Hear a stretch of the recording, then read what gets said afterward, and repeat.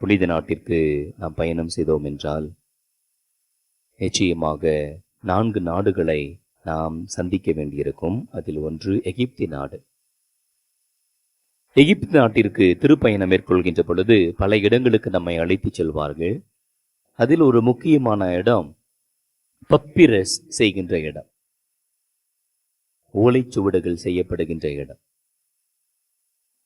புனித தேசம் என்றாலே உடனடியாக நமக்கு நினைவு கூறுகின்றது இந்த பப்பிரஸ் என்று சொல்லப்படுகின்ற ஏடுகள்.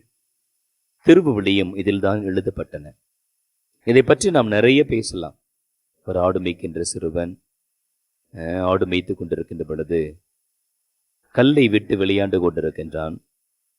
அப்படி கல் எறிந்து கொண்டிருக்கின்ற வேளையிலே ஒரு கல் எங்கேயோ பட்டு ஒரு வித்தியாசமான ஒளியை எழுப்புகின்றது. அவனுக்கு ஒரே ஆச்சரியம். அங்கே ஏதோ இருக்கின்றது என்று தேடி போகின்றான். அங்கு ஒரு பெரிய பானை போன்ற பாத்திரத்தில் ஓலைச்சுவடுகள் இருக்கின்றன. அவன் பார்த்த உடனே இது ஒரு விளையாட்டு பொருள் என்று எடுத்து சொல்லி அவைகளையெல்லாம் அப்படியே விளையாடி கொண்டு எடுத்து போகின்றான். வழியில் ஒருவர் அடையாளம் கொண்டு அதை பற்றி விசாரிக்கின்றார். இது என்ன, இன்னும் நிறைய அங்க இருக்குது அப்படின்னு சொல்றான். அதை பார்த்தால் இறை வார்த்தைகள் எழுதப்பட்ட இந்த பப்பிரஸ் சுவடுகள்.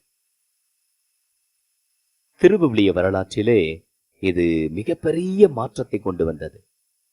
மிகப்பெரிய மாற்றத்தை கொண்டு வந்தது.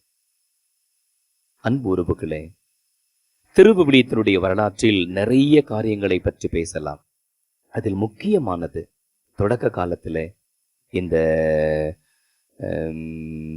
யூத கலாச்சாரத்தில், அதிலும் குறிப்பாக பாலைவன பகுதிகளிலே இன்று நாம் பயன்படுத்துகின்ற துறவிகள் அந்த காலகட்டத்திலும் இருந்தார்கள்.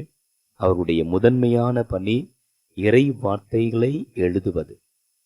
இப்பதான் நமக்கு பிரஸ் இருக்கு, பிரிண்டிங் இருக்கு, லட்சக்கணக்கான பிரதிகளை அச்சிடுகின்றோம். உலகத்திலே அதிகமாக அச்சடிக்கப்படுகின்ற நூல் என்றால் அது திருவிவிலியம்தான்.